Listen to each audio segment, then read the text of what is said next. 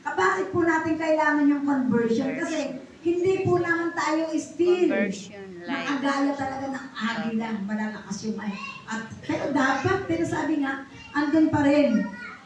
Sabi kahapon, bilang tao, kung tao ka, tao ka ba? Ayan, sino ba yung speaker kahapon? Kung tao ka, pagdadaanan mo lahat yan. Amen. Manghihina ka rin. Pero kailangan mo lagi yung conversion. Yung pagbabalik mo sa Panginoon. Lord! Ayan. Kailangan ko yung lakas na ibibigay mo sa akin. At iyan po kailangan, ano yun, true, genuine repentance, Lord. Kasi kung meron pa rin tayong pride, ano yung kahapon, yung una? Ano yung mga tent doon? Ayan. Kaya dapat wala to sa atin. Wala tayong pride. Ay, naku! Bakit ako na naman, sabi kakahapon sila, ako na naman lagi, ako yata yung pinatatamaan, eh hindi naman alam yung buhay mo. Hindi ka naman kilala. Hindi ka naman alam saan ka magaling. Ano ba yung nangyari? Akala mo ikaw na yun. Ako na lang yata talaga yun. Ako yata yun. Pero hindi naman kasi si Holy Spirit yan. Bakit yan yung sinasabi? Para ito yung tuntungan mo, para step by step, lumakad ka sa kanyang presence, na gawin mo kung ano yung task ni Lord. Amen. Ayan, kailangan mo lagi.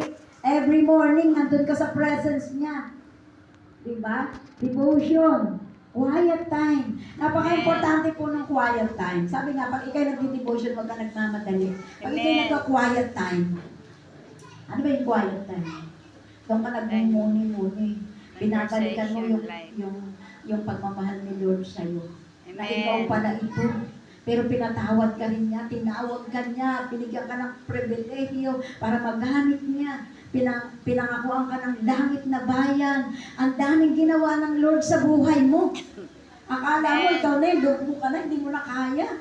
Pero hindi eh. Kung babalikan mo at bibilangin mo ang pag-ibig ng Diyos sa iyo, baka hindi mo kayang bilangin sa dami ng ginawa ng Diyos sa buhay mo. Diba? Kaya kailangan natin lagi conversion. Like sabi ko nga yung sa 1 Corinthians and then sa 2 Corinthians, sila po ay wagit na. Ayan, kasi nakita nila yung ugat ng mga problema sa buhay nila, mga